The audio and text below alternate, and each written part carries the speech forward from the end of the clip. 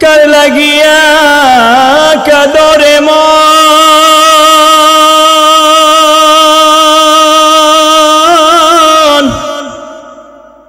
সে তো সোনার মদিনা যারে দেখলে দোজখ হারাম হাদিসে পাকের ঘোষণায় সাল্লাল্লাহু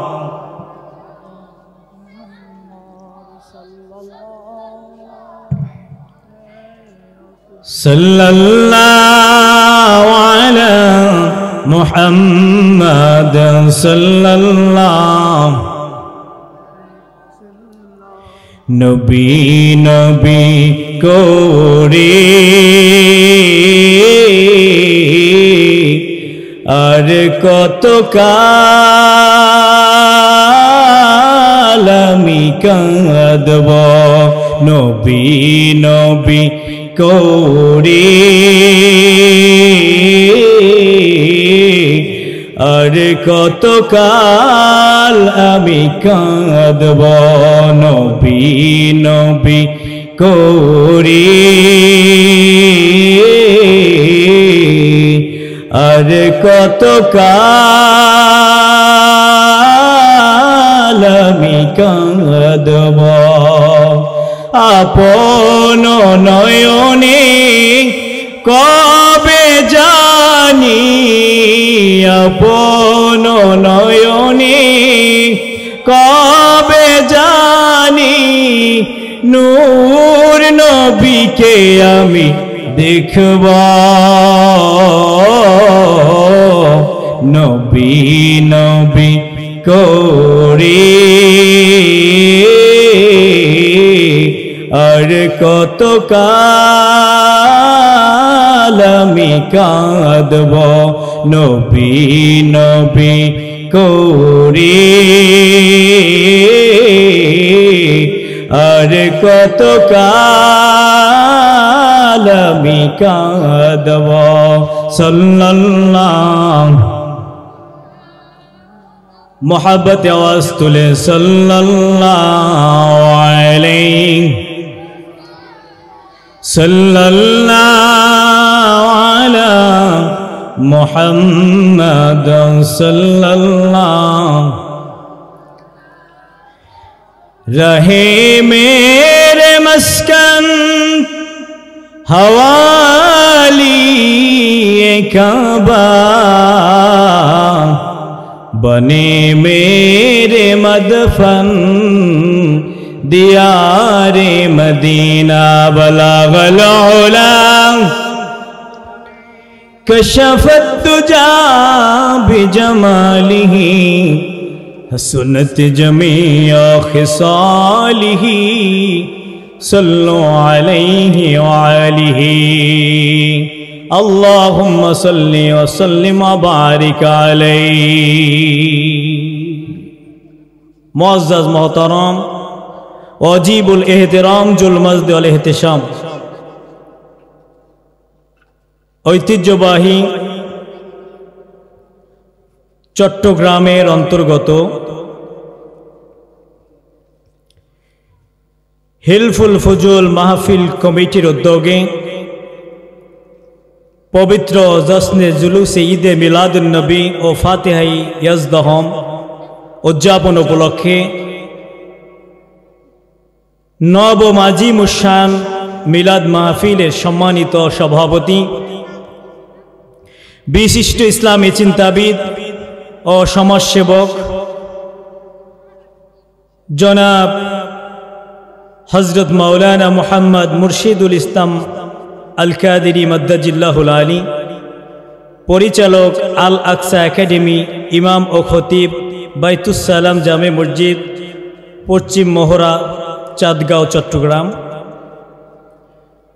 আজকের মাহফিলের সম্মানিত প্রধান অতিথি বিশিষ্ট ইসলামী চিন্তাবিদ মাওলানা মুহাম্মদ ফরিদুল আলম রিজভী মাদ্দাজিল্লাহুল আলী, প্রতিষ্ঠাতা মোহাম্মদিয়া মাইমুনিয়া সুন্নিয়া মাদ্রাসা কক্সবাজার, খতিব মরহুম দরফ আলী সওদাগর জামে মসজিদ, সদরঘাট, চট্টগ্রাম।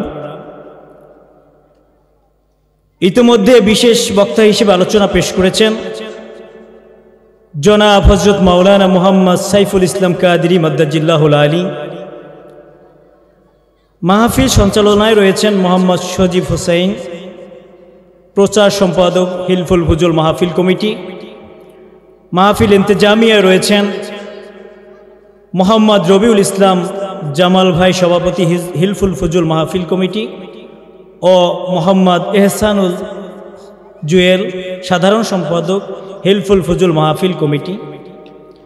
আজকের মাহফিলে আমার সম্মুখে উপবিষ্ট আমার কলিজার টুকরা মুরব্বিয়ানে আজম, আমার যুবক ভাইয়েরা, কচিকাচা সোনামণিরা, পর্দার অন্তরালে লুক্কায়িতা আমার মহতারিমা সম্মানিতা মা এবং বোনেরা, সকলকে আমার আলোচনার প্রারম্ভে জানাই ইসলামী সম্ভাষণ ও সশ্রদ্ধ সালাম। আসসালামু আলাইকুম ওয়া রাহমাতুল্লাহি তাআলা ওয়া বারাকাতুহু। মহান আল্লাহ জাল্লা শানুহুর দরবারে অসংখ্য অগণিত শুকর ও সুজুদ, যে মহান আল্লাহ পাক রব্বুল আলামিন দীর্ঘ একটি বছর পরে আবার এই আজে মুশান প্রিয় নবী রাসূল আরবি ঈদে মিলাদুন নবী উদযাপন উপলক্ষে এই মাহফিলের আয়োজন করার মতো আল্লাহ পাক এবং আপনাকে আমাকে এই মাহফিলে বসার মতো সুযোগ করে দিয়েছেন। এজন্য সকলে খুশি না বেজার? যদি খুশি হয়ে থাকেন, আজকের এই চট্টগ্রামের আকাশ বাতাসকে মুখরিত করে দিই সিংহের ন্যায় ব্যাঘ্রর ন্যায় কালেমাতুশ শুকর আদায় করে সকলে বলি আলহামদুলিল্লাহ। আর একটু জোরে জবান খুলে বলেন আলহামদুলিল্লাহ। লক্ষ কোটি তার চাইতে অধিক দরুদ ও সালাম এই বিশ্ব সভার সভাপতি, যিনি শামসুদ্দোহা বদরুদ্দুজা নূরুল হুদা শাহনশাহে খোদা নূরুন আলা নূর সাইয়্যিদুল কাউনাইন ওয়াস সাকালাইন ইমামুনা শাফিউনা কুদওয়াতুনা নূর নবী বিশ্ব নবী মুহাম্মদ মুস্তাফা সাল্লাল্লাহু আলাইহি ওয়াসাল্লামের প্রতি, যাকে আল্লাহ পাক রব্বুল আলামিন এই কুল কায়নাতের শ্রেষ্ঠ নিয়ামত হিসেবে আপনাকে আমাকে আল্লাহ পাক রব্বুল আলামিন এই ধরা মাঝে সর্বশ্রেষ্ঠ নবী হিসেবে উপহার দিয়েছেন আজ থেকে প্রায় ১৫০০ বছর পূর্বে। এজন্য শুকরিয়া তান আবারও পড়ি আলহামদুলিল্লাহ। সম্মানিত উপস্থিতি, আল্লাহ পাক রব্বুল আলামিন বলেন, লাইন শাকারতুম লাআযীদান্নাকুম ওয়ালা ইন কাফারতুম ইন্না আযাবি লাশাদীদ। বান্দা, তুমি আমি আল্লাহর নিয়ামতের শুকরিয়া জ্ঞাপন করো। যদি আমার নিয়ামতের শুকরিয়া জ্ঞাপন করো, লাআযীদান্নাকুম, আমি আল্লাহ তোমাকে আরো নিয়ামত বাড়ায় দেব। সুবহানাল্লাহ বলেন। ওয়ালা ইন কাফারতুম ইন্না আযাবি লাশাদীদ, আর আমার নিয়ামত থেকে যদি গাফেল হয়ে যাও, বঞ্চিত থাকো, তাহলে আমি আল্লাহ তোমার নিয়ামত ছিনায়া নেব আর তোমার জন্য কঠিন শাস্তি জাহান্নাম রেখে দিয়েছি। নাউজুবিল্লাহ। সম্মানিত সুধী, এজন্য মহান রব্বুল আলামিন নাজ নিয়ামত প্রতিনিয়ত আমরা ভক্ষণ করছি। আল্লাহ পাক রব্বুল আলামিন নদীর মধ্যে, সাগরের মধ্যে আমাদের জন্য মাছ উৎপাদন করে দেয়। ওই মাছ আমরা ভক্ষণ করি, কিন্তু ওই মাছটাকে কি একবারও আমরা নদীর মধ্যে, সাগরের মধ্যে কি খাবার পৌঁছে দিয়েছি? আল্লাহ পাক রব্বুল আলামিন একটা গাছকে আমরা আটিকে রোপণ করে দিয়েছি মাটির মধ্যে। ওই মাটির মধ্য থেকে আল্লাহ পাক রব্বুল আলামিন একটা গাছ তৈরি করে দিল। ওই গাছটার একটা ফল ধরায় দিল। নির্দিষ্ট একটা টাইমে এক একটা গাছের মধ্যে ফল ধরে কি ধরে না? এক একটা ফল আল্লাহ পাক রব্বুল আলামিন দিয়ে দেয়। ফলটার ছোট সময়ে যখন ওই ফলটা প্রথম মুকুল থেকে বের হয়, ওর স্বাদ একরকম, এরপরে কাঁচা অবস্থায় বড় হয়, তখন দেখা যায় অধিকাংশ ফল মুখে নেওয়ার মতো কোনো উপায় থাকে, তিক্ততা থাকে, না হয় বিভিন্ন স্বাদ থাকে যেটা মুখের মধ্যে নেওয়া সম্ভব নয়। কিন্তু ওই ফলটা খাওয়ার উপযোগী যখন হবে, আমাদের জন্য আল্লাহ পাক রব্বুল আলামিন যখন ওই ফলটা পাকায়া দেয়, আস্তে আস্তে করে ওই ফলটার মধ্যে স্বাদ দেওয়া শুরু করে দেয়। আল্লাহু আকবার বলেন। আল্লাহ পাক রব্বুল আলামিন বলেন, আমার এত নিয়ামতকে তোমরা ভক্ষণ করো, এত নিয়ামত গ্রহণ করো, বান্দা আমি আল্লাহর শুকরিয়া জ্ঞাপন করো, আমি আল্লাহর নিয়ামতের কৃতজ্ঞতা প্রকাশ করো। সুবহানাল্লাহ ওয়া বিহামদিহি। আজকে আমরা মাহফিলে গেলে, দিনী মজলিসে গেলে পর্যন্ত আমরা সুবহানাল্লাহ বলতে চাই না, আলহামদুলিল্লাহ বলতে চাই না, বলতে বড় কার্পণ্য করি। অথচ একবার যদি কোনো ব্যক্তি সুবহানাল্লাহ, আলহামদুলিল্লাহ, আল্লাহু আকবার, আল্লাহ পাকের এই তাসবিহগুলো, এই নিয়ামতের শুকরিয়া জ্ঞাপন করে আমরা যদি এই তাসবিহগুলো পাঠ করি, আল্লাহর নবী বলেন, তাসবিহাতুন ওয়াহিদাতুন খায়রুম মিনাদ দুনিয়া ওয়া মা ফিহা। আকাশ এবং জমিনের মধ্যে যতটুকু ফাঁকা জায়গা রয়েছে, সমস্ত জায়গা যদি খাঁটি স্বর্ণ দিয়ে স্তূপ করে দেওয়া হয়, সেটা বিক্রি করে আল্লাহর রাস্তায় যদি দান করে দেওয়া হয়, তার চাইতেও অধিক সওয়াব আল্লাহ পাক রব্বুল আলামিন একবার আপনার আমার সুবহানাল্লাহর বিনিময়ে দান করে দেবে। সুবহানাল্লাহ বলেন। এই পৃথিবীতে আল্লাহ পাক রব্বুল আলামিন বাদশাহ সুলাইমান আলাইহিস সালাতু ওয়াস সালামকে গোটা পৃথিবীর রাজত্ব দান করেছিলেন। মাশরিক থেকে মাগরিব, শিমাল থেকে জুনুব, উত্তর থেকে দক্ষিণ, পশ্চিম থেকে পূর্ব, সারা পৃথিবীর শাসনকর্তা বানায় দিলেন। আল্লাহ পাক রব্বুল আলামিন আবার সুলাইমান আলাইহিস সালাতু ওয়াস সালামকে এই পৃথিবী দেখাশোনার জন্য একটা রকেটের ব্যবস্থা করে দিলেন। আল্লাহ তাআলার কাছে ফরিয়াদ করলেন, আল্লাহ বললেন, তোমার নিজের ইচ্ছায় সুলাইমান তুমি একটা রকেট বানাও, তক্ত বানাও, ইঞ্জিনের ব্যবস্থা আমি আল্লাহ করে দেব। সুবহানাল্লাহ বলেন। আল্লাহ পাক রব্বুল আলামিন বাদশাহ সুলাইমান আলাইহিস সালাতু ওয়াস সালামকে বাদশাহী দান করে দিলেন, সাথে সাথে তাকে নবুয়তি দান করে দিলেন। আল্লাহ পাকের পরামর্শ নিয়ে সুলাইমান আলাইহিস সালাতু ওয়াস সালাম গোটা পৃথিবী শাসন করবে। আল্লাহ পাক রব্বুল আলামিন বললেন, ও সুলাইমান, তুমি সিংহাসন বানাও, তোমার ইচ্ছে মতো তুমি একটা তক্ত বানাও, সিংহাসন বানাও, ওই সিংহাসনের ইঞ্জিনের ব্যবস্থা আমি আল্লাহ করে দেব। সুলাইমান আলাইহিস সালাতু ওয়াস সালাম সিংহাসন বানানো শুরু করে দিলেন।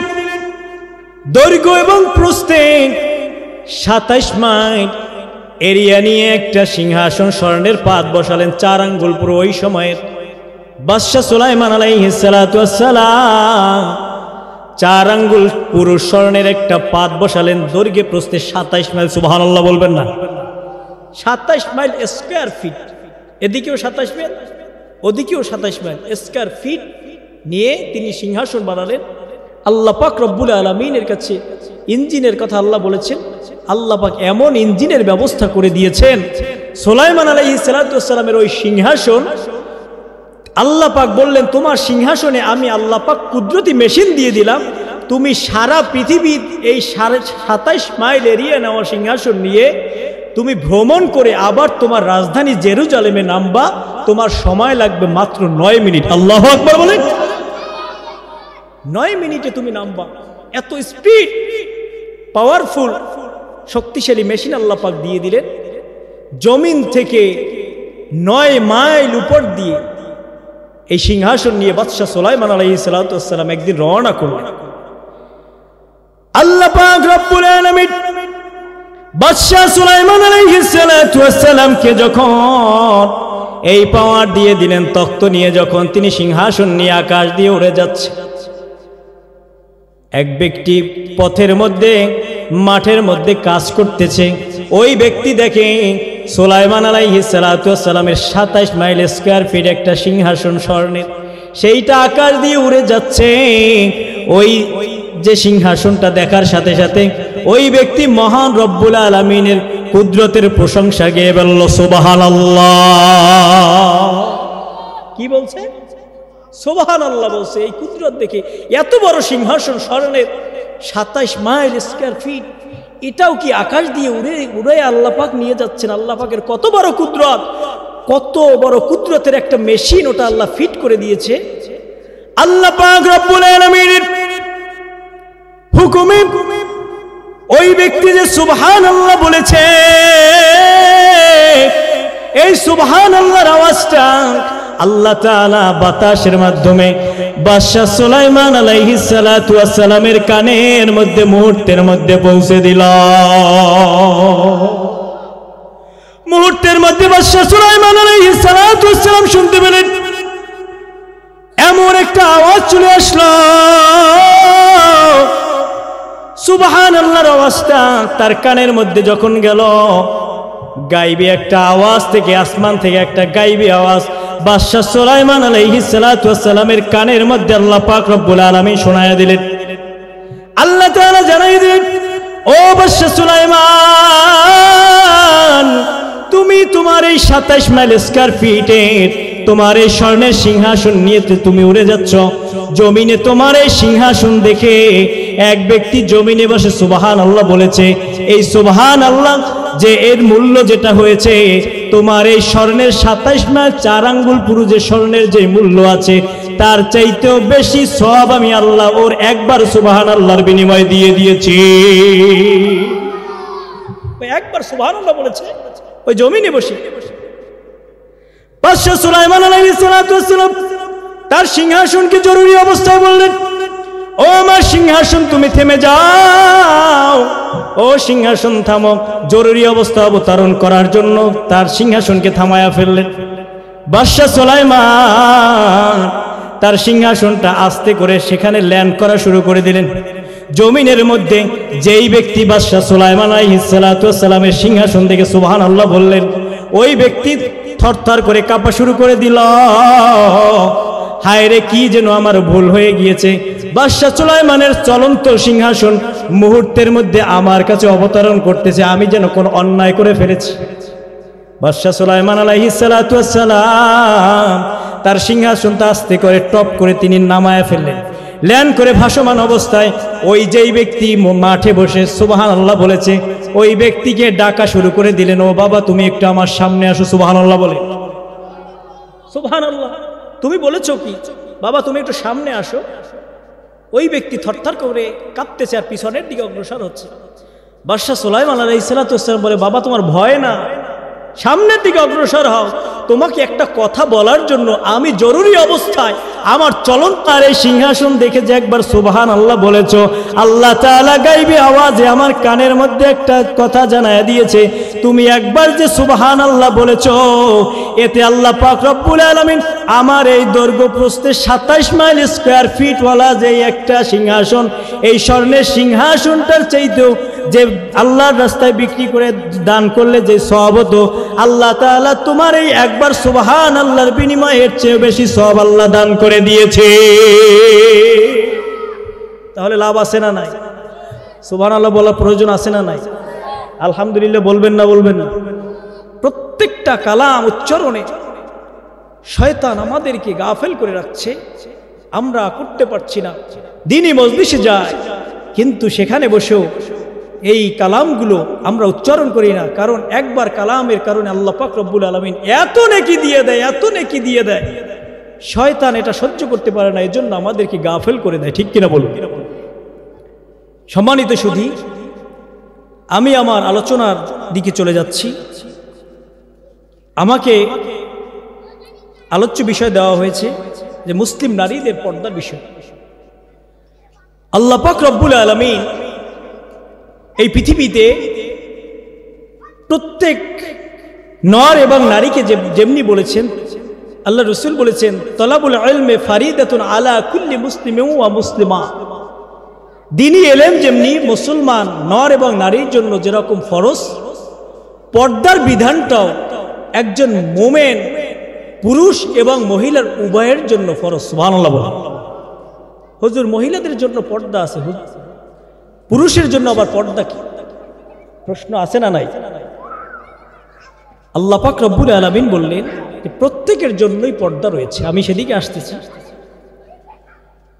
তো আমাদের সমাজে একটা ব্যাধি রয়েছে, সেই ব্যাধিটা হলো আমরা মহিলাদের পর্দার ব্যাপারে অনেকে বক্তব্য দেয় বড় বড় স্কলার্স, কিন্তু বক্তব্য দিয়ে তারা বলতে চায় মহিলাদের শুধুমাত্র তাদের শরীর ঢাকলেই হবে, মুখমণ্ডল খোলা রাখলেও চলবে। এই কথাই কি আপনারা বিশ্বাসী নাকি? একজন মহিলাদের পর্দার হবে, তার সমস্ত শরীর সে ঢেকে রাখবে। পর্দা এমন একটা বিষয় যেই একজন মহিলার সৌন্দর্যকে ঢেকে রাখার জন্য তার অঙ্গ প্রত্যঙ্গকে, সর্ব অঙ্গ প্রত্যঙ্গকে ঢেকে রাখবে অন্য পর পুরুষের থেকে আলাদা করার জন্য, যাতে করে তার সৌন্দর্য কোনোভাবে উপলব্ধি না করতে পারে। এজন্য যেভাবে তার শরীরকে ঢেকে রাখা দরকার, এটার নাম হলো মহিলাদের জন্য পর্দা। সুবহানাল্লাহ। পবিত্র কোরআনুল কারীমের দিকে যদি তাকান, পর্দা সম্পর্কে আল্লাহ পাক রব্বুল আলামিন সূরাতুল আহজাবের মধ্যে বিভিন্ন আয়াতে আল্লাহ পাক রব্বুল আলামিন পর্দার বিধান সম্পর্কে আমাদেরকে অবহিত করেছেন, যেখানে আল্লাহ পাক রব্বুল আলামিন সূরাতুল আহজাবের 33 নম্বর আয়াতের মধ্যে আল্লাহ পাক রব্বুল আলামিন বলেন,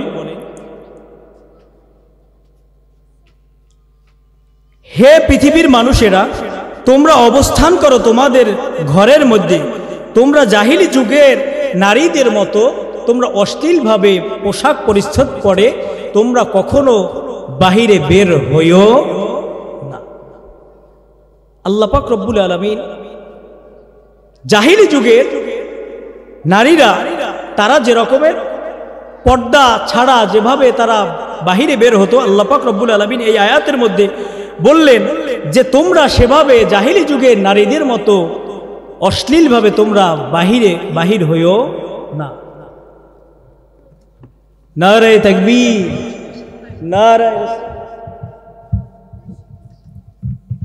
তো আল্লাহ পাক রব্বুল আলামিন আমাদেরকে এই আয়াতের ব্যাখ্যা করতে গিয়ে এবং সূরাতুল আহজাবের 59 নম্বর আয়াতের মধ্যে আল্লাহ পাক রব্বুল আলামিন বলেন, হে নবী, আপনার স্ত্রীগণ এবং কন্যাগণ এবং মোমেন নারীদেরকে বলুন, তারা যেন তাদের পর্দার কিছু অংশ দিয়ে, তাদের ওই চাদর দিয়ে এবং পর্দার কিছু অংশ দিয়ে তাদের চেহারা এবং মুখমণ্ডলকে ঢেকে নেয়। সুবহানাল্লাহ। এখন আল্লাহ পাক রব্বুল আলামিন এই আয়াতগুলো উল্লেখ করে এই বিষয়ে আব্দুল্লাহ ইবনে আব্বাস রাদিয়াল্লাহু তাআলা আনহু তিনি ব্যাখ্যা করেছেন, আল্লাহ তাআলা যখন নারীদেরকে তিনি হুকুম করেছেন যে যখন তারা ঘর থেকে বের হবে, পর্দার যে আমাদের মুখমণ্ডল ঢাকা লাগবে কিনা এই বিষয়টা সম্পর্কে অবহিত করেছেন। যে আব্দুল্লাহ ইবনে আব্বাস বলেন, যখন তারা ঘর থেকে বের হবে তখন তাদের শরীরকে তো আবৃত করবে এবং ওই কাপড়ের ওই পর্দার অংশ দিয়ে এবং তাদের মাথার উপর থেকে একটা ওই কাপড়ের অংশ দিয়ে তাদের চেহারাকে ঢাকবে। এটা হলো পর্দার বিধান, আল্লাহ পাক রব্বুল আলামিনের পক্ষ থেকে এসেছে। সুবহানাল্লাহ। এখন মাথার উপর থেকে যদি একটা কাপড়ের কথা বলা হয়, তাহলে সেই মাথার উপর থেকে কাপড়টা ছাড়বে কোথায়? ফেজের উপরে নাকি অন্য কোথাও?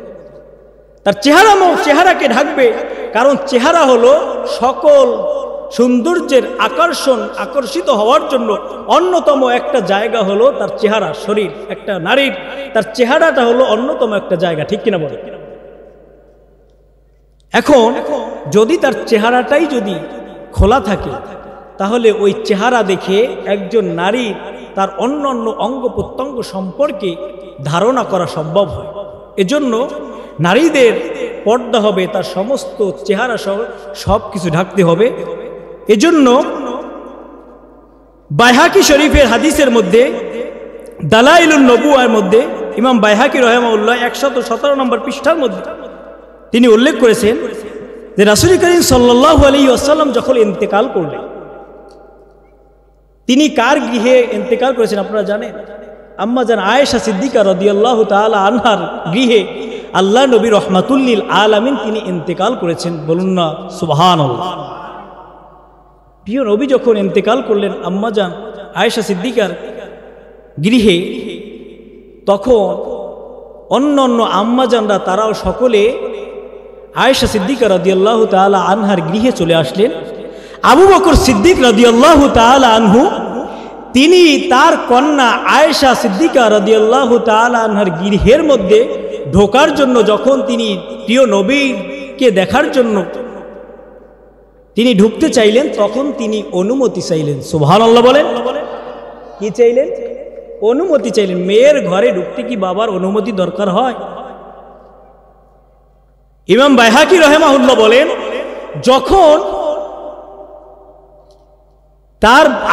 যখন আবু বকর সিদ্দিক রাদিয়াল্লাহু তাআলা আনহু ঢুকবেন, তখন তার কন্যার কাছে তিনি অনুমতি চাইলেন। অনুমতি চাওয়ার কারণ হলো ওই সময়ে আম্মাজান আয়েশা সিদ্দিকের সাথে অন্য আম্মাজানরা ছিল, তারা তো আবু বকর সিদ্দিক রাদিয়াল্লাহু তাআলা আনহুর কন্যা নয়। আবু বকর সিদ্দিক রাদিয়াল্লাহু তাআলা আনহুকে অনুমতি দিলেন তার কন্যা আয়েশা যে আব্বাজান আপনি ভিতরে আসতে পারে। নবীজি তখন ঢুকলেন, তখন অন্য আম্মাজানরা তাদের সমস্ত চেহারাকে পর্দার মধ্যে নিয়ে নিলেন। অন্য বর্ণনা এসেছে আম্মাজানরা তাদের চেহারা মোবারক আবৃত করেছেন তাদের পর্দার কাপড় দিয়ে। সুবহানাল্লাহ বলেন। তাহলে চেহারা যদি আটকাতে না হয়, পর্দার বিধান চেহারা সহ না, চেহারার বাইরে সমস্ত চেহারা সহই অঙ্গ প্রত্যঙ্গর সব অংশই মহিলাদের আবৃত করতে হবে। এরপরে আসেন বুখারী শরীফের 4141 নম্বর হাদিস। আল্লাহ নবী রহমাতুল্লিল আলামিন নবীর সাথে একদা আম্মাজান আয়েশা সিদ্দিকা রাদিয়াল্লাহু তাআলা আনহা সফরে গেলেন। এই সফরকে কেন্দ্র করে প্রিয় নবী রহমাতুল্লিল আলামিনের স্ত্রী আম্মাজান আয়েশা সিদ্দিকা রাদিয়াল্লাহু তাআলা আনহার একটা অন্যতম একটা ঘটনা, যেটা একটা তোহমাত দিয়েছিল, মিথ্যা একটা অপবাদ রটনা করেছিল কাফেররা, সেই ঘটনা এই হাদিসের মধ্যে বড় লম্বা হাদিস। এখানে আয়েশা সিদ্দিকা রাদিয়াল্লাহু তাআলা আনহা তিনি বর্ণনা করেন যে আমি একদা আল্লাহর নবীর সনে আমি ওই সফরে ছিলাম। এমতো অবস্থায় আমাকে নিয়ে নবীজি যখন পর্দা সহকারে আমাকে একটা পালকির মধ্যে উঠাই দিলেন, ওই পালকিটার মধ্যে রহমাতুল্লিল আলামিন নবীর সাহাবীর ওই পালকিটা করে আমাকে উটের মধ্যে উঠাতেন, আবার উট থেকে নামায়া যেখানে আল্লাহর নবী অবস্থান করতেন ওই জায়গায় আবার নামানো হতো। আম্মাজান আয়েশা বলেন, আমি এতটা হালকা ছিলাম, এতটা পাতলা ছিলাম যে আমি ভিতরে পালকির মধ্যে থাকতাম কিনা এটা অন্য সাহাবীরা বুঝতে পারত। আম্মাজান আয়েশা সিদ্দিকা রাদিয়াল্লাহু তাআলা আনহা বলেন, একদা আমি সফরের মধ্যে আমি হাজত সারার জন্য গেলাম, আমার গলার হারটা হারায়া ফেললাম। আমি যখন আমার ওই পালকির মধ্যে যখন তাঁবুর মধ্যে আসলাম, আমি গলায় হাত দিয়ে দেখি আমার হারটা হারায়া গিয়েছে। এমতো অবস্থায় আমি আবার ওখান থেকে আমি হারটা খোঁজার জন্য ওই জায়গায় গেলাম। এদিকে আল্লাহ নবী রহমাতুল্লিল আলামিন সবাইকে তাঁবু গুটাইয়া রওনা করার জন্য হুকুম করলেন। সমস্ত সাহাবীরা কেউ জানে না যে পালকির মধ্যে আম্মাজান আয়েশা নাই। সুবহানাল্লাহ বলবেন না?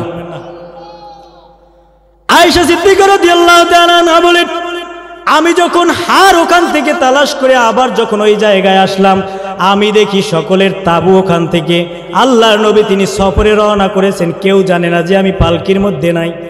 আমি এসে ওখানে বসে পড়লাম। আমি মনে মনে ভাবলাম যে আল্লাহর নবী যেহেতু যখন এখান থেকে চলে গিয়েছে, যখন তিনি দেখবে যে আমি পালকির মধ্যে নাই, তখন আমাকে এখানে নিতে আসবে অথবা কাউকে পাঠাবে। সুবহানাল্লাহ বলে আমাকে যখন আমি এই কথা বলে নির্দিষ্ট ওই জায়গায় আবার ওখানে শুয়ে পড়লাম, আম্মা জান তার তন্দ্রা এসে গেল, ঘুম পড়ে গেলেন। হঠাৎ করে সফওয়ান ইবনে মুআত্তা আল্লাহর নবীর একজন সাহাবী, তিনি ওই যে কাফেলা থেকে একটু দূরে তিনি অবস্থান করতেছিলেন, দায়িত্বে ছিলেন। সফওয়ান ইবনে মুআত্তা হাদিসে এসেছে, সফওয়ান ইবনে মুআত্তা একটু দূরে থাকার কারণ হলো তিনি ঘোড়ার সওয়ার করে সবার থেকে দ্রুত গতিতে চলতে পারতেন, এজন্য নবীজি একটু দূরে দায়িত্ব দিয়েছে। সুবহানাল্লাহ বলে যে ব্যক্তি তিনি সবাইকে একটু দ্রুত গতিতে ঘোড়া চালায়া অথবা উট চালায়া তাড়াতাড়ি অন্য সবাইকে ধরতে পারে, এজন্য তাকে দায়িত্ব দিয়েছে একটু দূরে। সফওয়ান ইবনে মুআত্তা আম্মাজান আয়েশা বলেন সফওয়ান ইবনে মুআত্তা তিনি ওখান থেকে আসলেন, এসে আমি তখন ঘুমন্ত অবস্থায় ছিলাম। সফওয়ান ইবনে মুআত্তা আমাকে একজন মহিলার আকৃতি দেখে তিনি আমার দিকে অগ্রসর হলেন এবং সফওয়ান ইবনে মুআত্তা আমাকে দেখে চিনতে পারলেন। সুবহানাল্লাহ বলবেন না? আমাকে যখন চিনতে পারলেন, এখন প্রশ্ন এখানে যে সফওয়ান ইবনে মুআত্তা আম্মাজান আয়েশা রাদিয়াল্লাহু তাআলা আনহাকে কেমনে চিনলেন? আম্মাজান আয়েশা সিদ্দিকা রাদিয়াল্লাহু তাআলা আনহা বলেন যে আমাকে সফওয়ান ইবনে মুআত্তা এই পর্দার আয়াত নাজিলের আগে তিনি দেখেছেন, এজন্য সফওয়ান ইবনে মুআত্তা আমাকে দেখার সাথে সাথে চিনতে পেরেছেন। সুবহানাল্লাহ বলে আমি ঘুমন্ত ছিলাম, সফওয়ান ইবনে মুআত্তা আসলো। সফওয়ান ইবনে মুআত্তা এসে আমাকে চিনতে পারলো। যখন চিনতে পারলো, আমার তখন পর্দা ছিল, আমার তখন হিজাব ছিল না। আমাকে দেখে, আমি তো ঘুমন্ত ছিলাম, সফওয়ান ইবনে মুআত্তা আমাকে সতর্ক করার জন্য তিনি বললেন ইন্না লিল্লাহি ওয়া ইন্না ইলাইহি রাজিউন। দিল খুলে বলেন না সুবহানাল্লাহ। সফওয়ান ইবনে মুআত্তা আমাকে সতর্ক করার জন্য বললেন ইন্না লিল্লাহি ওয়া ইন্না ইলাইহি রাজিউন। এই কথা বলার সাথে সাথে আমার ঘুম ভেঙে গেল।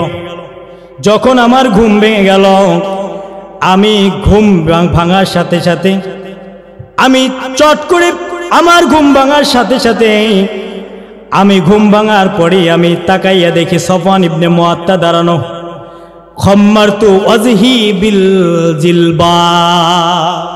খাম্মারতু, আমি সফওয়ান ইবনে মুআত্তাকে দেখার সাথে সাথে খাম্মারতু, আমি ডেকে ফেললাম ওয়াজহি, আমার চেহারা, বিল জিলবা, আমার হিজাব দিয়ে, আমার চাদর দিয়ে, আমার কাপড় দিয়ে আমি আমার চেহারাকে ঢেকে ফেললাম। সুবহানাল্লাহ বলে পর্দার বিধান আল্লাহর নবীজি যে শিক্ষা দিয়েছেন আম্মাজানদেরকে, তাদের চেয়ে পর্দা কি আমরা বেশি জানি নাকি বাবা?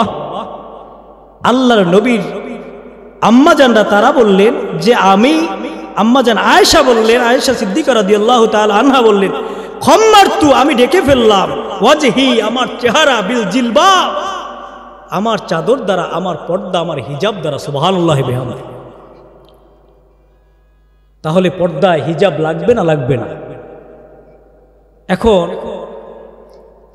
আপনি আসেন যে পর্দা করা একজন নারীর জন্য যেমনি আবশ্যক, তেমনি একজন পুরুষের জন্য আবশ্যক। আল্লাহর নবী হাদিসে পাকের মধ্যে বলেন যে একজন মানুষ, সে পুরুষ হোক বা মহিলা হোক, সে মাথা নত করে নিচের দিকে করে তাকায়া তাকায়া চলবে, যাতে করে তার চক্ষুকে হেফাজত করতে পারে, এবং তার চক্ষু হেফাজত থাকলে তার ঈমান হেফাজত হবে। সুবহানাল্লাহ। আল্লাহ নবী রাহমাতুল লিল আলামিন নবী বলেন তোমাদের মধ্যে যদি কেউ আমাকে দুইটা জিনিসের জিম্মাদার দিতে পারো, তাহলে আমি নবী তোমাদের জন্য জান্নাতের জিম্মাদার নিয়ে নেব। দুইটা জিনিসের জিম্মাদার দাও, তাহলে আমি তোমাকে জান্নাত দিয়ে দেব, জান্নাতের জিম্মাদার আমি নবী হয়ে গেলাম। সুবহানাল্লাহ বলেন।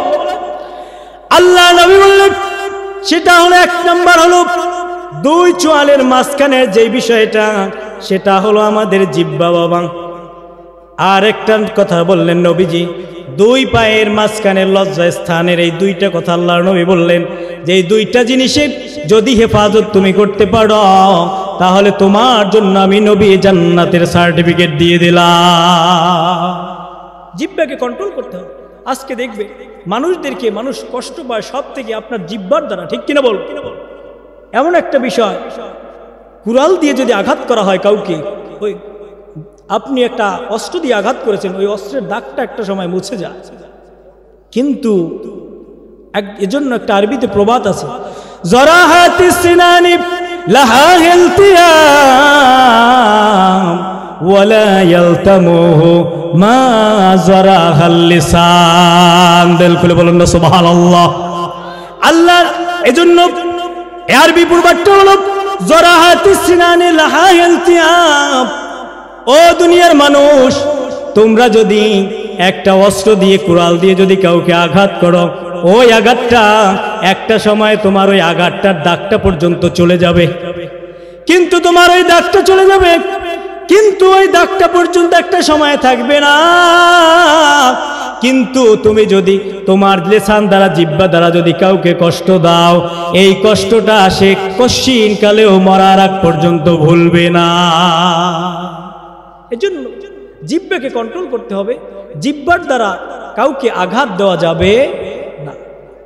এবং লজ্জা স্থানের কথা আল্লাহর নবী বললেন, ও বাবা, কেমনে একজন মুমিনের, একজন পুরুষের পর্দা কাকে বলে?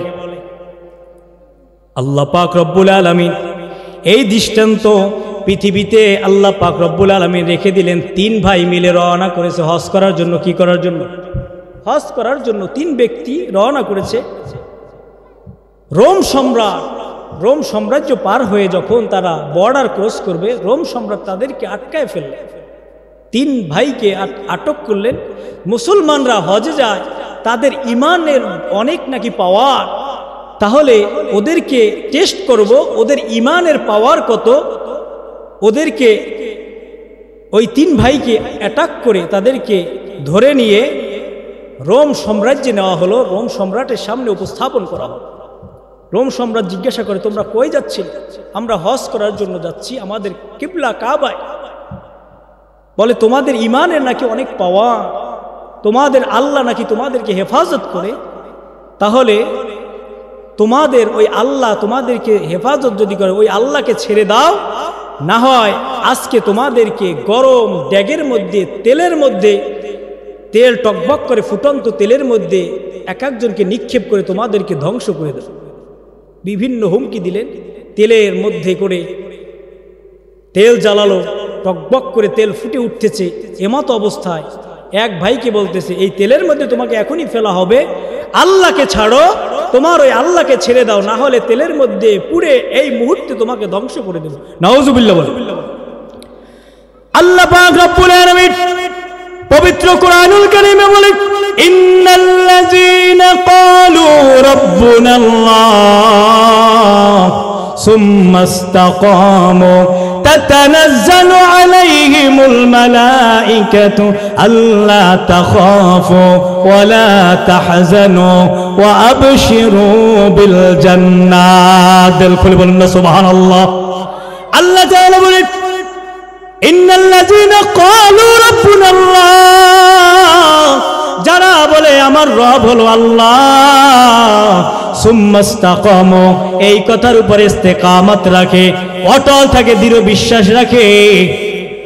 সুম্মাস্তাকামু তাতানাজ্জালু আলাইহিমুল মালাইকা, আমি আল্লাহ ওই ব্যক্তি আমার উপরে ইস্তেকামত থাকার কারণে আমি আল্লাহ পাক রব্বুল আলামিন ওই বান্দাদেরকে টেস্ট করার জন্য বিভিন্ন বিপদের মধ্যে ফেলাই। যত বড় বিপদ হোক না কেন, ওই বিপদ থেকে আবার উদ্ধারের জন্য আমি আল্লাহ একদল ফেরেশতা পাঠায় দেই। বলুন সুবহানাল্লাহ। সুম্মাস্তাকামু তাতানাজ্জালু আলাইহিমুল মালাইকা, আমি একদল ফেরেশতা পাঠাই, তাদেরকে সহযোগিতা করি। আল্লাহ তাখাফু, আর আমি বলি তাদের কোনো ভয় নাই, ওয়ালা তাহজানু, তাদের কোনো চিন্তা নাই, ওয়া আবশিরু বিল জান্নাহ, আর তাদের জন্য রয়েছে জান্নাতের সুসংবাদ। সুবহানাল্লাহ বলে। 3 ভাইকে আনা হলো। এক ভাইকে গরম তেলের মধ্যে বড় ভাইকে নেওয়া হলো। বড় ভাইকে ধাক্কা দিয়ে দিয়ে তেলের দিকে নেওয়া, তেলের ড্যাগের মধ্যে ছেড়ে দিবে। রোম সম্রাট বলে, একটু পরে তোমাকে মেরে ফেলা হবে, ওই তেল গরম তেলের মধ্যে ফেলে দেব, কিন্তু যদি তুমি তোমার ওই আল্লাহকে না ছাড়ো এখনই শেষ হয়ে যাইবা। বড় ভাই আর 2 ভাইকে বলতেছে, ছোট 2 ভাইকে বলতেছে, ও আমার ভাইয়েরা শোনো, খবরদার খবরদার, আমাকে তেলের মধ্যে ফেলে দেখ, কিন্তু খবরদার খবরদার, মহান রব্বুল আলামিনের কালেমা কেউ ছাড়বা না। খবরদার, কালেমা ছাড়া যাবে। রোম সম্রাট বলে, এখনো সময় আছে। ওই বড় ভাই তিনি রেড সিগন্যাল দিয়ে বলে, ও রোম সম্রাট, খবরদার খবরদার, একবারও বলবে না কালেমা ছাড়তে, কালেমা ছাড়তে বলবা না।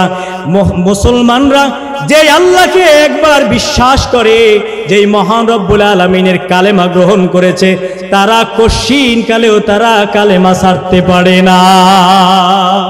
মুসলমান তাদের জান দিয়ে দিতে পারে, তাদের জীবন দিয়ে দিতে পারে, উৎসর্গ করতে পারে।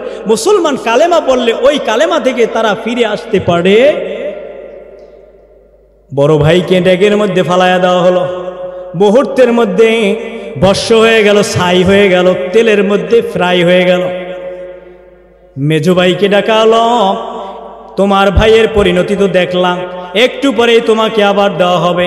মেজো ভাই সামনের দিকে অগ্রসর হয়ে গেল, আমাকে তেলের মধ্যে, তেল গরম তেলের মধ্যে দেন, কোনো আপত্তি নেই, কালেমা ছাড়তে পারবো না। আল্লাহু আকবার বলে, তেলের মধ্যে দেন, কোনো আপত্তি নাই, আমাকেও ধ্বংস করে দেন, শেষ করে দেন, তবুও কালেমা ছাড়বো না, কালেমা ছাড়বো না। আল্লাহ পাক রব্বুল আলামিনের প্রতি ঈমান আনয়ন করেছে, জীবন দিয়ে দেব। মুসলমান কোনোদিন তাদের ঈমান ছাড়তে পারে না। মেজো ভাইটাকেও তাকে গরম তেলের মধ্যে ফেলে দেওয়া হলো। রোম সম্রাট তিনি তার মেজাজ খারাপ হয়ে গেল, হায় রে কেমন ঈমান! এক ভাইকে দেখলো গরম তেলের মধ্যে শেষ হয়ে গেল, কিন্তু দ্বিতীয় ভাই তিনিও জান দেওয়ার জন্য প্রস্তুত হয়ে গেল। এটা আবার কেমন ঈমান বলুন না সুবহানাল্লাহ! এটা কেমন একটা ইসলামের পাওয়া! ভাইকে সামনে দেখলো, জলজন্ত ভাইকে গরম তেলের মধ্যে দিয়ে শেষ করে দিলাম। মেজো ভাই সেও প্রস্তুত, তবুও কালেমা ছাড়বে না, এত পাওয়ার। মেজো ভাইটাকেও ফেলে দেওয়া হলো। মেজো ভাইটা শেষ হয়ে গেল, ছোট ভাইটা বাকি আছে। বলে তুমি কি করবা? বলে দুই ভাই যা করেছে আমিও সেই পথেই হাঁটব। আমি কি অন্য কিছু করবো নাকি? বুঝেছেন কি? আমার ভাই দুজন দেখেছি তাদেরকে শেষ করে দিয়েছে, আমি কালেমা ছাড়বো না? নো, আমিও আমার জীবন দেওয়ার জন্য প্রস্তুত, আমাকেও ফেলে দেন। আল্লাহু আকবার বলে। রোম সম্রাট তিনি বললেন, তার রাজ্যের সবাইকে ডাকলেন, হায় রে মুসলমানের ঈমান তো বড় শক্ত, তাহলে কিভাবে মুসলমানদের ঈমান হরণ করা যায়? কার কাছে কি পরামর্শ আছে, বুদ্ধি আছে, একটু দাও না। সবাই পরামর্শ দেওয়া শুরু করলেন। এক বুদ্ধিজীবী দাঁড়ায় রোম সম্রাটকে বলে, সম্রাট আমার কাছে একটা বুদ্ধি আছে। এর মধ্যে রোম সম্রাট বলে, এই যুবকের তার ঈমান যদি হরণ করাতে কেউ পারো, এরকম কৌশল যদি কারো কাছে থেকে থাকে, তাহলে আমি তাকে আমার মন্ত্রী পরিষদের শ্রেষ্ঠ একজন মন্ত্রী তাকে বানায়া দেব। এই যুবকের ঈমান কে হরণ করতে পারবা? এদেরকে মৃত্যুর ভয় দেখায় কাজ হবে না, তাহলে ঈমান হরণ করতে হবে। কে আছো, এমন কৌশল কার কাছে আছে? যদি এর ঈমান হরণ কেউ করতে পারো, তাহলে আমি তাকে মন্ত্রী পরিষদের সর্বোচ্চ আসরে তাকে বসায় দেবো। নাউজুবিল্লাহ বলবেন না? একজন বুদ্ধিজীবী দাঁড়ায় গেলেন, সম্রাট আমার কাছে একটা পরামর্শ আছে, সেটা হলো এই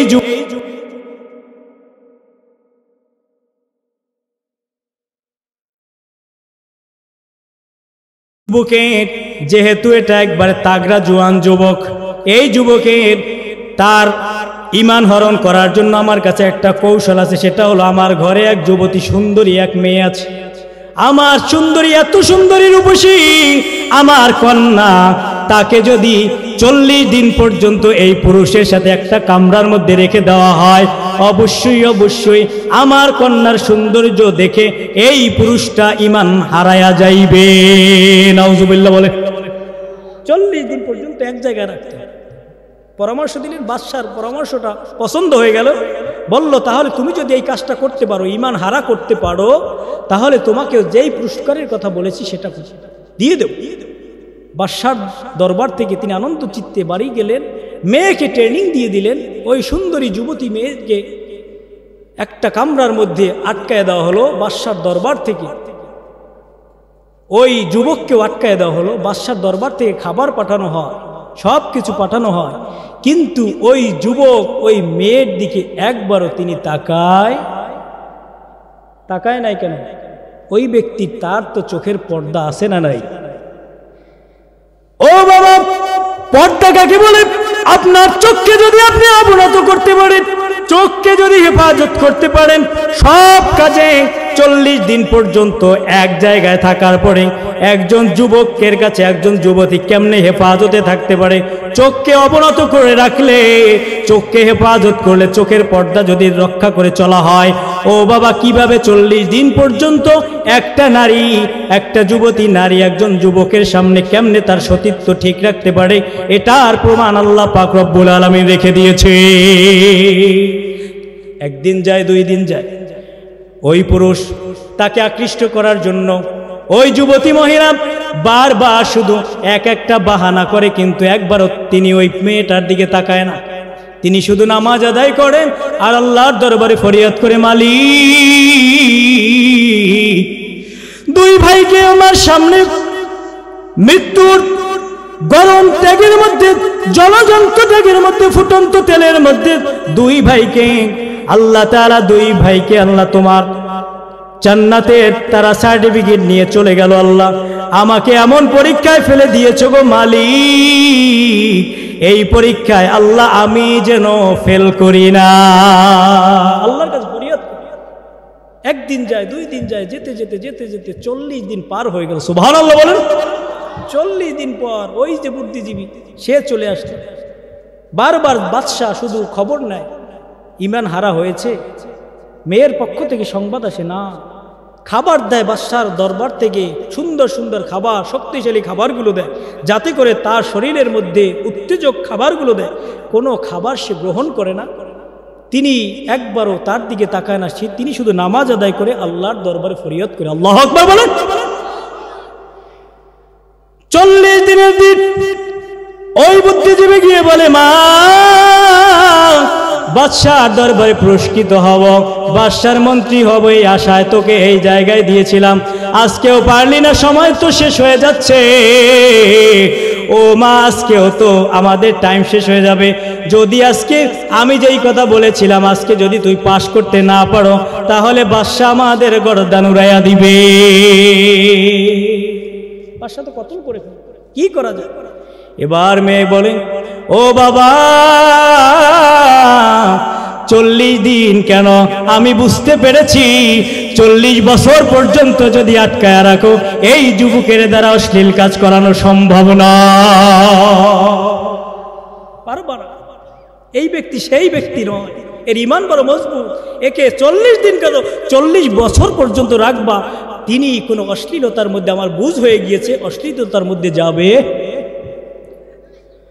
তাহলে ব্যাপার কি? এতদিন পর্যন্ত বাদশাহ দরবার থেকে বাবা এত সুন্দর সুন্দর খাবার দিয়েছ, কিন্তু বাবা আশ্চর্যজনিত বিষয়, ওই যুবককে আমি যখন খাবারের জন্য ডাকি, একবারও একটা লোকমা পর্যন্ত তিনি বাদশাহর দরবারের খাবার সে ভক্ষণ করে নাই। একটা লোকমা সে খায় নাই 40 দিন পর্যন্ত। তাহলে কিভাবে বাঁচলো? খাবার পেল কোথায়? বাদশার দরবার ছাড়া ওখানে তো কোনো খাবার যায় না। খাবার পেল কোথায়? 40 দিন পর্যন্ত সে কি খেয়ে বাঁচল? মেয়ে বলে, বাবা, বড় আশ্চর্যজনিত বিষয় হলো, ও বাবা, ওই যুবক ব্যক্তি যখন নামাজ পড়ে, তার যে আল্লাহ একজন রয়েছে, তিনি যে আল্লাহকে বিশ্বাস করে, ওই আল্লাহর কাছে সে নামাজের শেষে, তিনি রাত্রেবেলা যখন নামাজ শেষ করে দেয়, 2 হাত প্রসারিত করে এমন ভাবে কান্না করে, তার আমি লক্ষ্য করে তাকায়া থাকি দূর থেকে সে কি করে। যখন তিনি 2 হাত প্রসারিত করে তার ওই রবের কাছে চায়, আশ্চর্যজনিত বিষয়, আমি দেখি আকাশ থেকে কোথা থেকে যেন ট্রেতে করে তার জন্য খাবার তার সামনে রেডি হয়ে যায়। চিৎকার দিয়ে বলুন আল্লাহু আকবার। আমি লক্ষ্য করে দেখি প্রতিদিন রাতের বেলা উপর থেকে তার কোথা থেকে যেন এমন সুন্দর ট্রেতে করে খাবার তার সামনে হাজির হয়ে যায়। ওই খাবার থেকে সে খাবার গ্রহণ করে। আশ্চর্যজনিত বিষয় হলো বাবা, ওই খাবারটা যখন আমাদের কামরার মধ্যে আসে, এত সুন্দর ঘ্রাণ, বাবা পৃথিবীতে আমি এত সুন্দর ঘ্রাণের খাবার আর কোনোদিন দেখি নাই। এত সুন্দর ঘ্রাণওয়ালা সেন্টওয়ালা খাবার দেয়, খাবার আসে, ওই খাবারগুলো ভক্ষণ করছে। একটা দিন পর্যন্ত আমার দিকে তাকায় নাই। পারবা না বাবা, তোমার দ্বারা সম্ভব নয় বাবা, অন্য চিন্তা করো। বাবা এবার এই কথা শোনার সাথে সাথে চাবিটা হাতে দিয়ে দিলেন।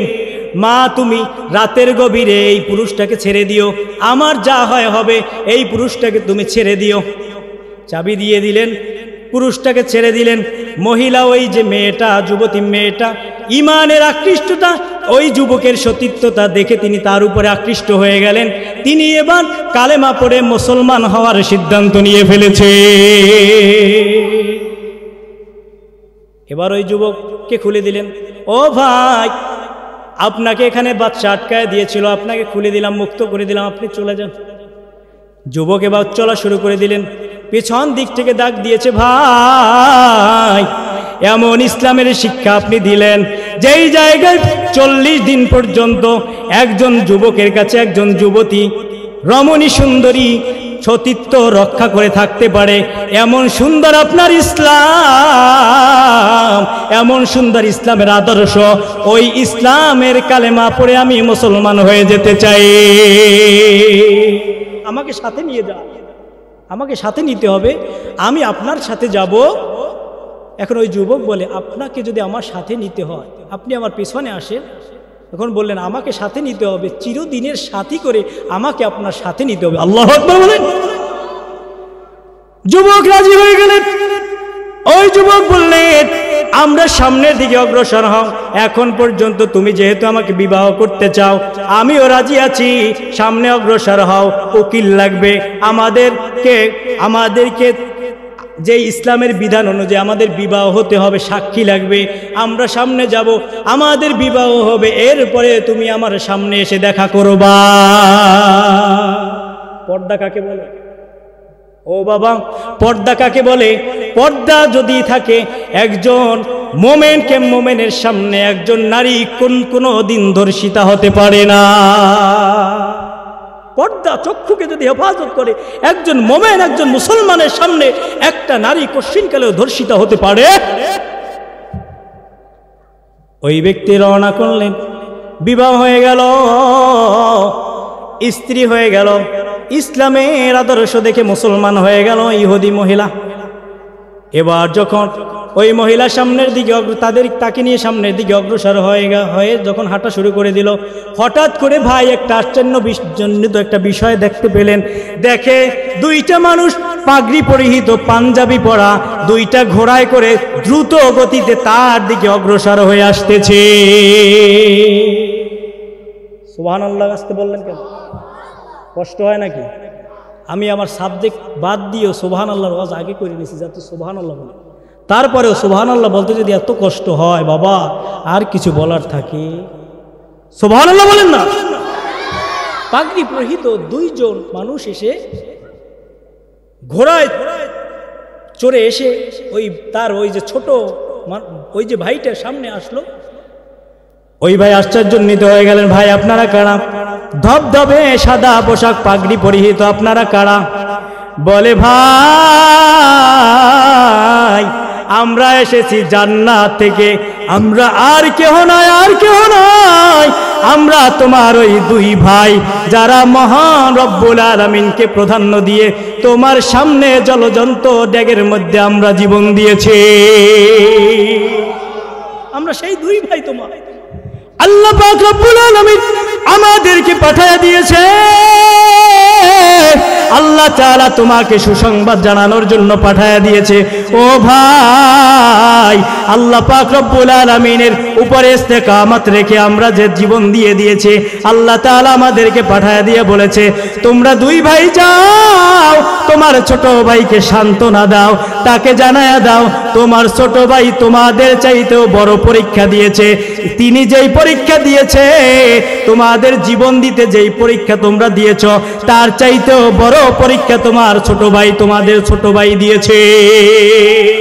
সুতরাং তোমার ছোট ভাইকে জানায়া দাও, ও ভাই আল্লাহ তাআলা পাঠায় দিয়ে তোমাকে সুসংবাদ দিয়েছে, আল্লাহ তাআলা আমাদের জন্য যেই জান্নাত দিয়েছে তার চাইতেও ভালো সুন্দর জান্নাত আল্লাহ তোমার জন্য রেখে দিয়েছে। আল্লাহ পাক রব্বুল আলামিন জানাই দেয়। ও বাবা, এজন্য আল্লাহ তাআলা বলেন ইন্নাল্লাযীনা ক্বালু রাব্বুনাল্লাহ সুম্মা ইসতাকামু তাতানাজ্জালু আলাইহিমুল মালাইকাতু আল্লা তাখাফু ওয়া লা তাহজানু ওয়া আবশিরু বিল জান্নাহ। দিল খুলে বলুন না সুবহানাল্লাহ। মোমেন বিপদে পড়বে, টেস্ট করব আমি আল্লাহ মোমেনের তার তাকওয়া কত দূর। ও যদি আমার উপর ইস্তেকামত থাকতে পারে, আমি আল্লাহ তাদেরকে জান্নাতের সুসংবাদ দিয়ে দিলাম। সুবহানাল্লাহ বলে। এটার নাম হলো পর্দা। বেপর্দেগী বেহায়াপনা কেমন একটা মারাত্মক বিষয়। বেপর্দেগী বেহায়াপনা যদি যেই সমাজের মধ্যে বাবা পর্দা না থাকবে, মহিলারা যত অশ্লীলভাবে চলাফেরা করবে, ওই এলাকার মধ্যে ওই স্থানের মধ্যে আল্লাহর রহমতের ফেরেশতা থাকে না। কি থাকে না? ওই এলাকার মধ্যে রহমত থাকে না। ওই এলাকার মধ্যে বালা আসে, গজব আসে, ঘূর্ণিঝড় আসে, ভূমিকম্প আসে, বেপরদেগী বেহায়ার কারণে। ইব্রাহিম আলাইহিস সালাতু ওয়াস সালামকে নমরুদ যখন অগ্নিকুণ্ড বানালেন, অগ্নিকুণ্ডের এতটা তেজস্বী, এতটা পাওয়ারওয়ালা অগ্নিকুণ্ড, এতটা তেজস্বী পাওয়ারওয়ালা, নমরুদ এমন আগুন জ্বালায়া দিলেন, মানুষ কাছে যাইতে পারে না। ইব্রাহিম আলাইহিস সালাতু ওয়াস সালামকে কেমনে ফালাবেন? শয়তান এসে নমরুদকে পরামর্শ দিলেন, হে বন্ধু নমরুদ, তুমি ইব্রাহিমের জন্য তুমি একটা চরক গাছের তৈরি করো, ওই গাছের মাথায় ইব্রাহিমকে বানবা, বাইধা তার উপরে তাকে ঘুরাইয়া নিয়ে ওই গাছটা, চরক গাছটা নিয়ে তুমি ইব্রাহিমকে অগ্নিকুণ্ডের মধ্যে ফালাইয়া দিবা। বলুন না নাউজুবিল্লাহ। শয়তান পরামর্শ দিলেন। শয়তানের পরামর্শ অনুযায়ী ইব্রাহিম আলাইহিস সালাতু ওয়াস সালামকে চরক গাছ তৈরি করলেন, চরক গাছের সাথে বাঁধলেন। আল্লাহ পাক রব্বুল আলামিন তিনি আসমান থেকে ফেরেশতাদেরকে বলে, ফেরেশতারা যাও গো যাও, আমার বন্ধু ইব্রাহিমকে নমরুদ চরক গাছের মধ্যে চড়াইয়া তারা ওই অগ্নিকুণ্ডের মধ্যে ফেলে দেবে। যাও যাও, ওই চরক গাছ তোমরা ঠেকাইয়া ধরো।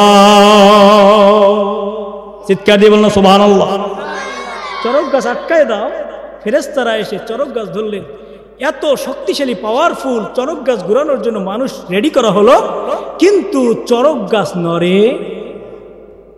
নমরুদ আশ্চর্যান্বিত হয়ে গেলেন, এত শক্তিশালী সমস্ত মানুষদেরকে রেডি করলাম, কিন্তু চরক গাছ নড়ে না, কারণটা কি? নমরুদ তো দেখে না, মহান রব্বুল আলামিনের ফেরেশতা ওখানে এসে ঠেলে ধরেছে, কিন্তু শয়তান তো দেখতে আছে, ইবলিস সে তো দেখে। এখন তিনি আবার নমরুদকে বললেন, তুমি যত শক্তিশালী পাওয়ারফুল মানুষ আনো না কেন, এই চরক গাছ লড়বে না। আল্লাহর আকাশ থেকে ফেরেশতারা এসে এই চরক গাছকে আটকায় ধরেছে। সুবহানাল্লাহ বলে। তাহলে কি করা যায়? একটা পরামর্শ দেন। ইবলিস শয়তান পরামর্শ দেওয়া শুরু করে দিল, এই জায়গায় এসে এনে যদি নর্তকীদেরকে যদি নাচাতে পারো, অশ্লীল কাজ যদি করাতে পারো, নারীদেরকে পুরুষদেরকে একত্রিত করে, তাহলে এই জায়গায় রহমতের ফেরেশতা থাকবে না। বলুন না নাউজুবিল্লাহ। কি থাকবে না? রহমতের ফেরেশতা কেমনে থাকে না? দেখেন, পরামর্শ গ্রহণ করলেন, নর্তকী আনা হলো, অশ্লীলতার একটা যাত্রা গানের ব্যবস্থা করা হলো, মেয়েরা উলঙ্গ পানা শুরু করে দিল, রহমতের ফেরেশতা চলে গেল। আল্লাহ পাক রব্বুল আলামিনের রহমতের ফেরেশতা চলে যাওয়ার সাথে সাথে এবার ওখান থেকে চরক গাছ ঘুরায়া ইব্রাহিম আলাইহিস সালাতু ওয়াস সালামকে অগ্নিকুণ্ডের মধ্যে মুহূর্তের মধ্যে ফেলে দিল। বলুন না নাউজুবিল্লাহ। কিন্তু ইব্রাহিম আলাইহিস সালাম ফেলে দিয়েছে, আল্লাহর বন্ধু তিনি কি এত তেজস্বী পাওয়ার আগুন, কিন্তু ইব্রাহিম আলাইহিস সালাম কি আগুনে পুড়ে শেষ হয়ে গিয়েছে নাকি? ও বাবা, ঈমান কাকে বলে? ইস্তেকামত কাকে বলে? ইস্তেকামত যদি থাকে, আল্লাহ পাক রব্বুল আলামিন আবার টেস্ট করলেন, জিব্রাইল আমিনকে পাঠিয়ে দিলেন, জিব্রাইল যাও তুমি গিয়ে আমার বন্ধু ইব্রাহিমকে একটু টেস্ট করো। ইব্রাহিমকে তো আমি খলিল উপাধি দিয়েছি, আমার বন্ধু উপাধি দিয়েছি, তোমরা তো প্রশ্ন করেছিলে ইব্রাহিম আলাইহিস সালাতু ওয়াস সালামকে আমি খলিল উপাধি দিয়েছি, আমার বন্ধু উপাধি দিয়েছি, দেখো আমার বন্ধু পরীক্ষায় পাশ করে কিনা, টেস্ট করো। তুমি গিয়ে জিজ্ঞাসা করো যে তোমার কাছে সে সাহায্য চাই কিনা। ইব্রাহিম আলাইহিস সালাতু ওয়াস সালামের কাছে জিব্রাইল আমিন এসে বলে, হে ইব্রাহিম, আপনার কাছে আমি জিবরাইল আমিন এসেছি, আমি ফেরেশতা, অগ্নিকুণ্ডের মধ্যে আপনাকে ফেলে দেওয়া হবে এখনই আপনাকে এখানে। আপনি যদি আমার কাছে সহযোগিতা চান, আমি ডানা ঝাপটা দিয়া একেবারে মুহূর্তের মধ্যে নমরুদের এই অগ্নিকুণ্ডকে আমি নিভাইয়া ফেলব। কেমন ইস্তেকামত, কেমন ঈমান!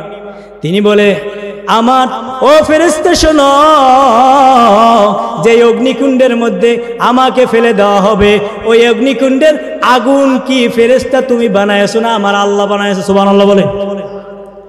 আমার আল্লাহ আগুন বানাইছে, আর অগ্নিকুণ্ডের মধ্যে ফেলে দেওয়া হবে ওই অগ্নিকুণ্ড আমার আল্লাহ ওই আগুন বানাইছে।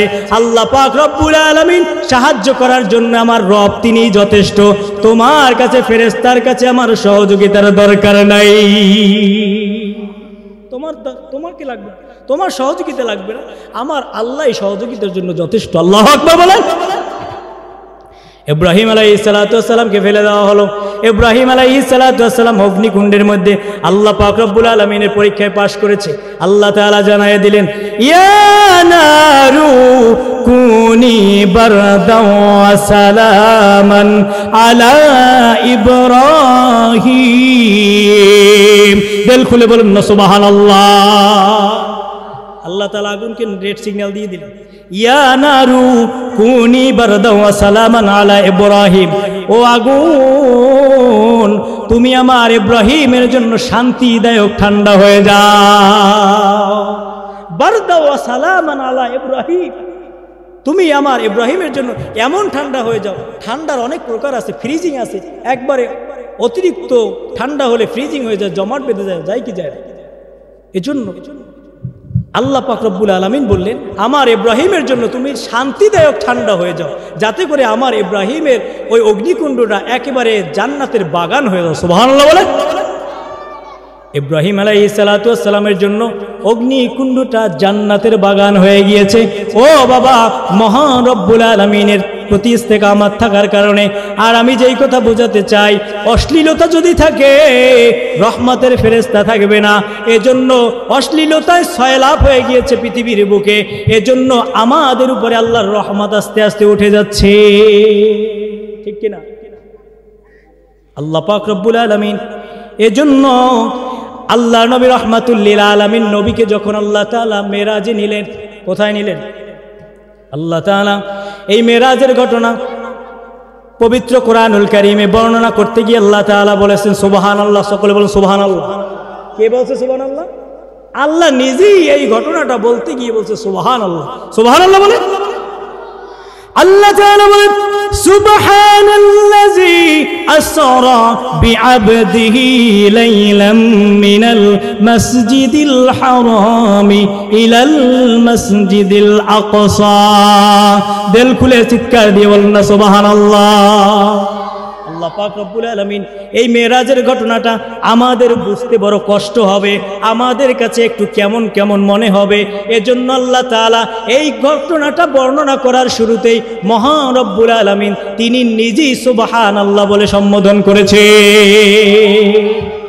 আল্লাহ তাআলা যখন আরশে আজিমে আপনার আমার নবী রাহমাতুল লিল আলামিন নবীকে যখন আরশে আজিমে নিলেন, আল্লাহ তাআলা প্রিয় নবী রাহমাতুল লিল আলামিনকে আরশে আজিমে নিয়ে জান্নাত দেখালেন, জাহান্নাম দেখালেন। আমি যেই পয়েন্টে বলতে চাই, কথা বলতে চাই, জাহান্নামের কাছে আল্লাহ নবী রাহমাতুল লিল আলামিন যখন গেলেন, নবীজি আমার লক্ষ্য করে দেখলেন জান্নাতের মধ্যে অসংখ্য অগণিত মহিলাদেরকে, তাদেরকে বুকের সাথে বুকটাকে ফেরে বুকের সাথে দুইটা আংটা লাগায়া তাদেরকে এরকমের ওই আংটার সাথে ঝুলায়া ঝুলায়া জাহান্নামের আগুনে ফ্রাই করে ভাজি করতেছে।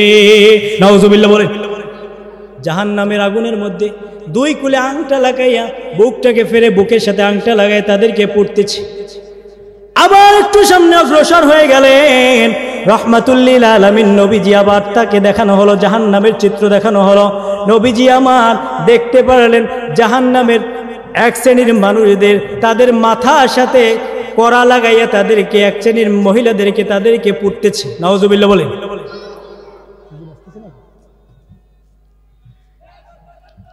আল্লাহ পাক রব্বুল আলামিনের নবী জিবরাইল আমিনকে প্রশ্ন করলেন, ভাই জিবরাইল আমিন, নারে তাকবীর, নারে তাকবীর, নারে রিসালাত, নারে গাউসিয়া। আজকের মাহফিল প্রধান অতিথির আগমন, প্রধান অতিথির আগমন। নারে তাকবীর, নারে রিসালাত,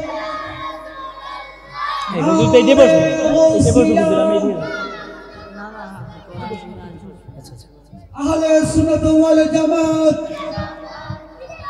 প্রধান অতিথির আগমন, শুভেচ্ছার স্বাগতম, আহলান সাহলান। হিলফুল ফুজুল মাহফিল কমিটির পক্ষ থেকে লাল গোলাপ শুভেচ্ছা। নারে তাকবীর, নারে রিসালাত, নারে গাউসিয়া। প্রধান অতিথির আগমন। আলহামদুলিল্লাহ, আলহামদুলিল্লাহ। আজকের মাহফিলের সম্মানিত প্রধান অতিথি সুদূর কক্সবাজার থেকে আগত ঐতিহ্যবাহী মোহাম্মদিয়া মাউনিয়া সুন্নিয়া মাদ্রাসার সম্মানিত প্রতিষ্ঠাতা, সদরঘাট ঐতিহ্যবাহী মরহুম দরফানি সদরঘাট জামে মসজিদের সম্মানিত সুযোগ্য খতিবে মোকাররম, বিশিষ্ট ইসলামী চিন্তাবিদ মিডিয়া ব্যক্তিত্ব হযরত মাওলানা মোহাম্মদ ফরিদুল আলম রেজভী মাদ্দাজিলুল আলী হুজুর আমাদের মঞ্চে তশরিফ এনেছেন। আজকের মাহফিলের সম্মানিত প্রধান অতিথির আসন অলঙ্কৃত করার জন্য হিলফুল ফুজুল মাহফিল কমিটির পক্ষ থেকে বিনীতভাবে অনুরোধ করা হচ্ছে। সকলে বলে আলহামদুলিল্লাহ। তো আমি আলোচনা আর দীর্ঘায়িত করতে চাই না।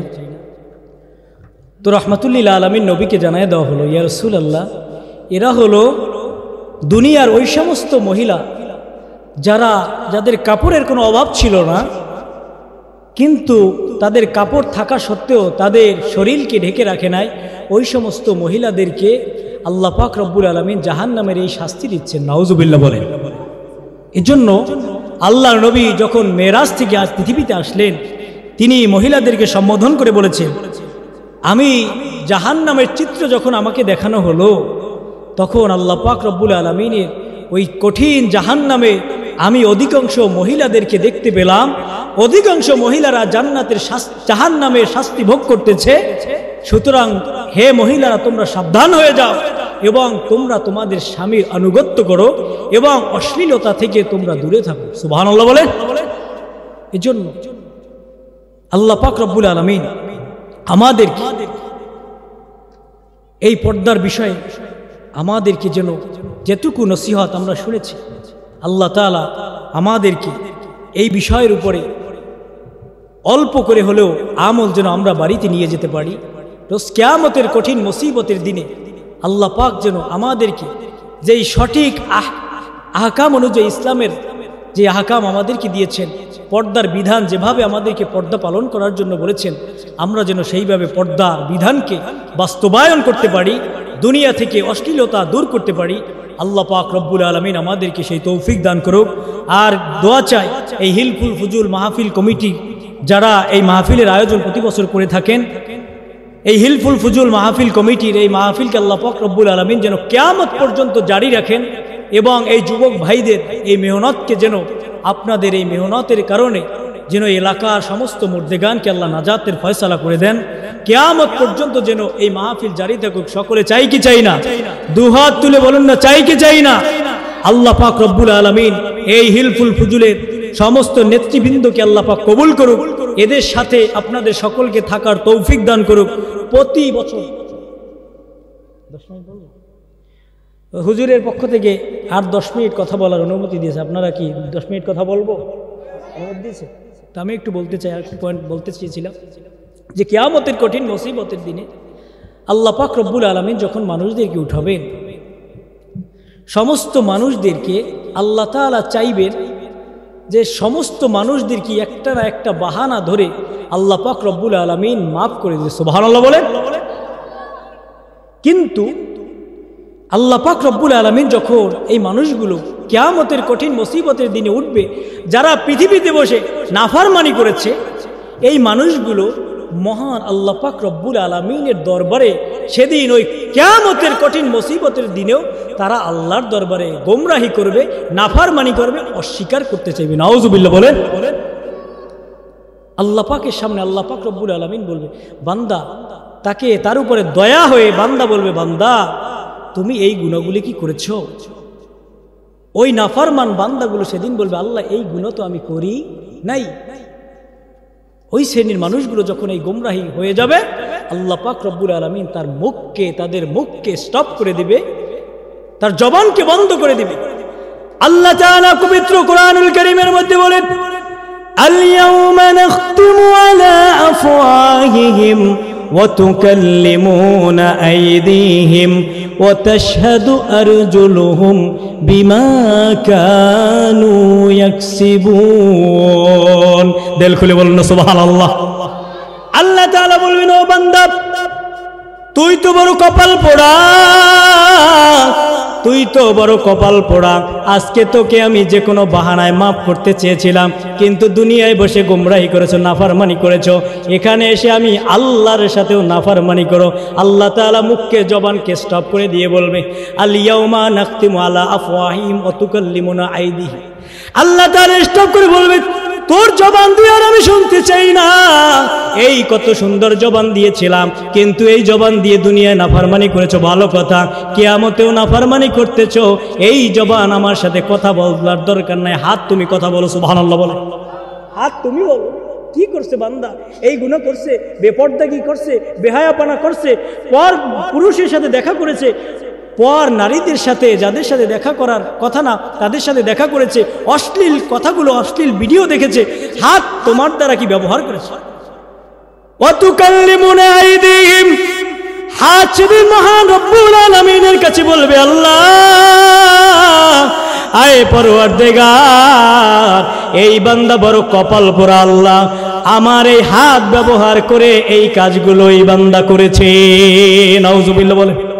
ওয়াতাশহাদু আরজুলুহুম, যেই হাত এবং পা, ওয়াতাশহাদু আরজুলুহুম বিমা কানু ইয়াকসিবুন, আপনি যেই মিথ্যারোপ করেছিলেন, এই মিথ্যার বিরুদ্ধে পা এবং হাত আপনার বিরুদ্ধে আল্লাহর দরবারে সাক্ষ্য দিবে। আল্লাহ ও ভুল বলছে, ও গোমরাহি, ও তো দুনিয়ায় বসে গোমরাহি করেছে, আল্লাহ আপনার সাথেও নাফরমানি করছে। এই বান্দাদেরকে আল্লাহ পাক রব্বুল আলামিন জাহান্নামের ফয়সালা দিয়ে মুহূর্তের মধ্যে জাহান্নামের মধ্যে ফেলে দিবে। নাউজুবিল্লাহ। এক শ্রেণীর মানুষ তারা বলবে, আল্লাহ আপনি তো এই গুনাহগুলো তো আল্লাহ আমি করে ফেলেছি। ও বাবা, পৃথিবীতে যদি একজন সন্তান যদি অপরাধ করে, একজন অপরাধী যদি অপরাধ করে, তার অ্যাটিটিউড দেখে, তার কাকুতি মিনতি যদি তার ওরকমের হয়, তাহলে যত বড় অন্যায় হোক অনেক সময় আমরা ক্ষমা করে দেই কি দেই? আল্লাহ পাক রব্বুল আলামিন এক শ্রেণীর বান্দাদেরকে ডেকে বলবেন, ও বান্দা তোমার এই এই গুনাহ, ও বান্দা তুমি এই গুনাহগুলো কি করেছ? আল্লাহ পাক রব্বুল আলামিন সেদিন বলবে, আল্লাহ তাআলার কাছে বলবে, আল্লাহ আমি তো করে ফেলেছি, আল্লাহ আপনার কাছে ক্ষমা চাই। এত মানুষের মধ্যে আল্লাহ আপনি আমাকে লজ্জা দিয়েন না। আল্লাহ পাক রব্বুল আলামিন তাদের উপরে দয়া হয়ে যাবে, এমন অনেক মানুষকে আল্লাহ পাক রব্বুল আলামিন নাজাত দান করে দিবে। সুবহানাল্লাহ বলে। এরপরেও আল্লাহ তাআলা যারা অস্বীকার করবে, আল্লাহ তাআলা সমস্ত মানুষের আমলনামা তার সামনে একটা পর্দা ছেড়ে দিবে। আল্লাহ পাক রব্বুল আলামিন কোরআনুল কারীমে বলেন, ওয়া কুল্লু ইনসানিন আলজামনাহু তাইরাহু ফি উনুকি ওয়া নুখরিজু লাহু ইয়াওমাল কিয়ামাতি কিতাবান ইয়ালকাহু মানশুরা। দিল খুলে বলুন না সুবহানাল্লাহ। আল্লাহ তাআলা বলেন, ওয়া কুল্লু ইনসানিন, আমি প্রত্যেক মানুষের আলজামনাহু তাইরাহু ফি উনুকি, প্রত্যেক মানুষের ঘাড়ের কাছে আমি আল্লাহ একটা মেমোরি রেখে দিয়েছি। ওয়া নুখরিজু লাহু ইয়াউমাল কিয়ামা, আমি আল্লাহ কিয়ামতের কঠিন মুসিবতের দিনে বান্দার সামনে ওই মেমোরিটা একটা ব্যক্তিগত জীবনের মেমোরি থেকে তার সামনে আমি আল্লাহ ভিডিও সহ একটা টিভি ছেড়ে দেব, একটা পর্দা ছেড়ে দেব।